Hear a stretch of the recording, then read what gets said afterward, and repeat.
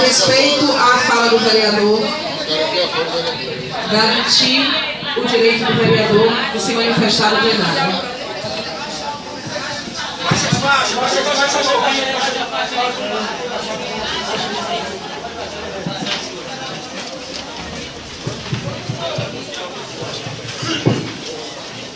Senhor presidente, muito boa tarde.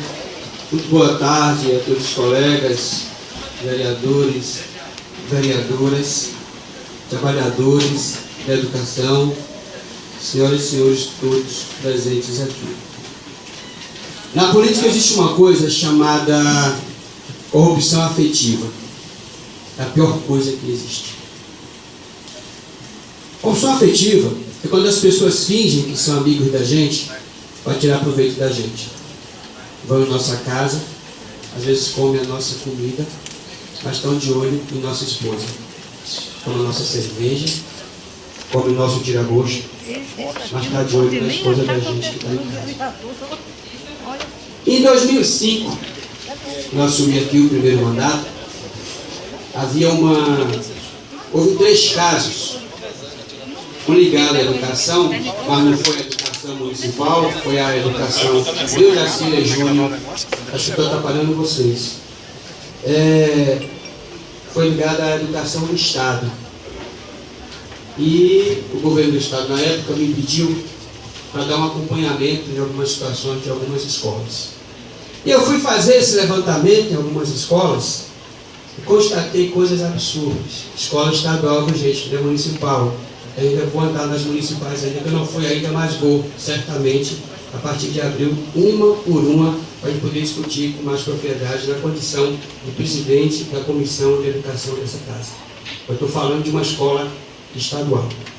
Nessa escola estadual, havia uma diretora, obviamente não vou dizer qual foi a escola e nem o nome da diretora, por uma questão ética, e havia um professor dando aula no lugar da esposa dele, que arrumou uma vaga numa escola particular.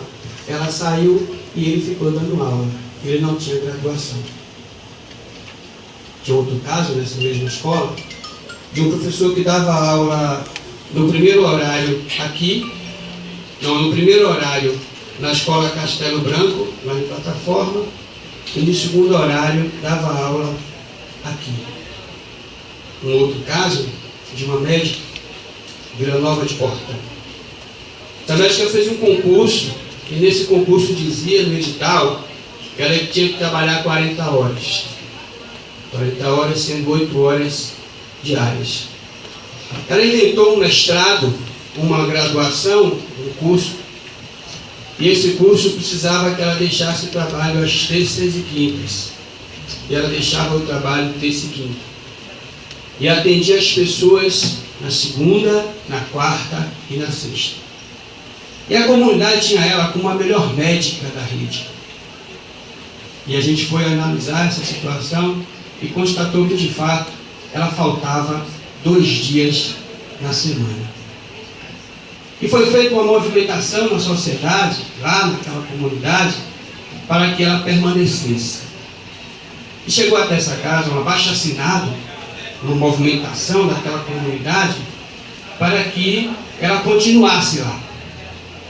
Levei essa situação à prefeita Maima Gramacho e nós fizemos uma reunião naquela comunidade.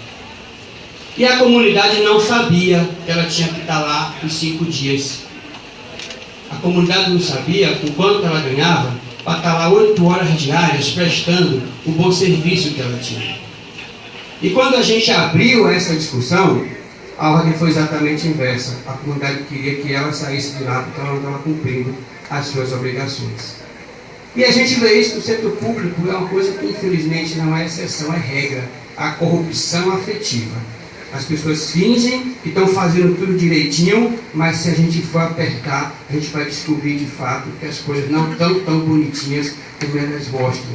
Elas estão de olho em outras coisas nas nossas casas, que não apenas o chope, que não apenas o tira-gosto. Quero dizer isso, senhor presidente, estou nessa casa no 3º mandato. 3º mandato, construído com luta, com os trabalhadores, todos os trabalhadores, com os sindicatos, enfim, com pessoas de todas as classes sociais.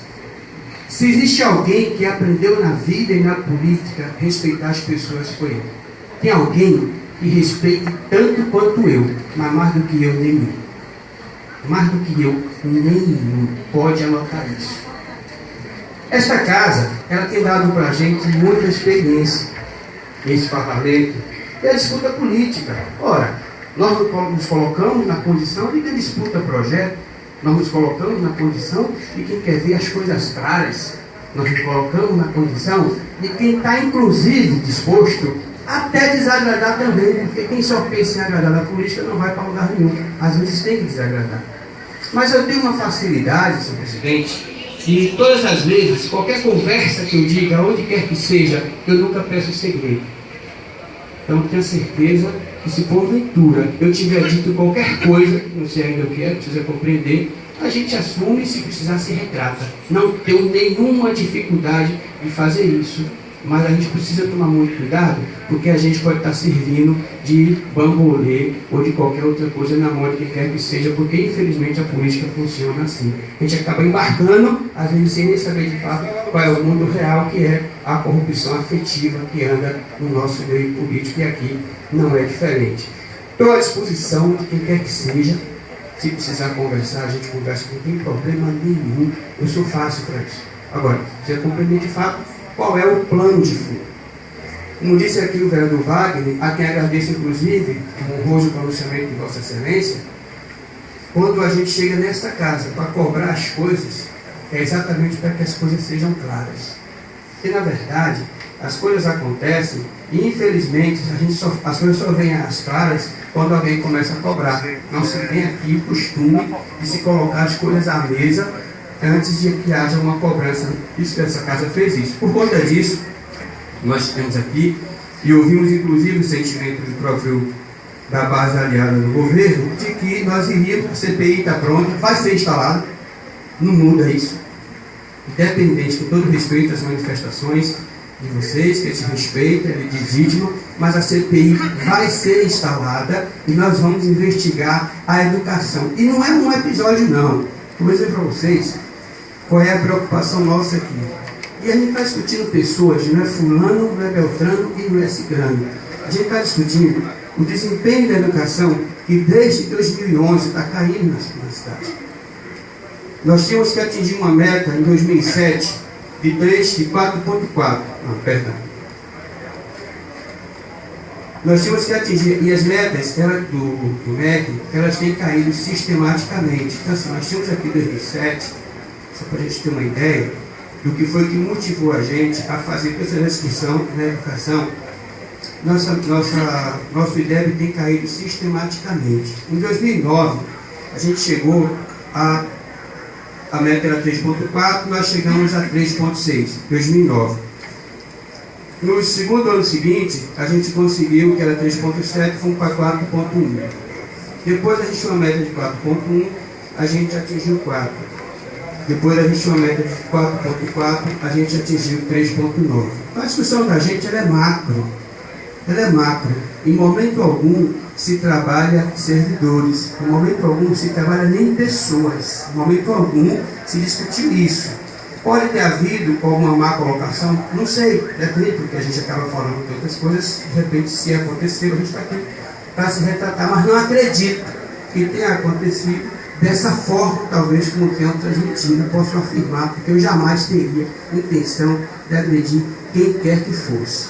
Agora, a gente se coloca na condição de quem disputa poder, de quem disputa um projeto. A gente também não é ingênuo de ficar esperando aplauso de todo mundo. Esse é o preço de quem se coloca, a condição de quem disputa, e eu me coloco nessa condição. E aí a gente precisa suportar, compreender, um momento tem vaia, outro tem aplauso, mas a vida segue e a gente precisa cumprir a nossa missão, defender as nossas convicções, pedir a Deus as proteções necessárias e tocar o barco para frente, e é nessa condição que eu estou aqui nessa parte. Eu ia chegar mais tarde. mas recebi a ligação de um companheiro, meu companheiro Gilmar, informando que havia essa manifestação, suspendi a programação que eu tinha, não preciso ir para lá para poder entender o que é que está acontecendo. Estamos aqui à disposição de qualquer companheiro para defender nossa convicção, defender nossas verdades, defender nossa honra e construir a cidade que a gente precisa de forma coletiva e honesta. Muito obrigado.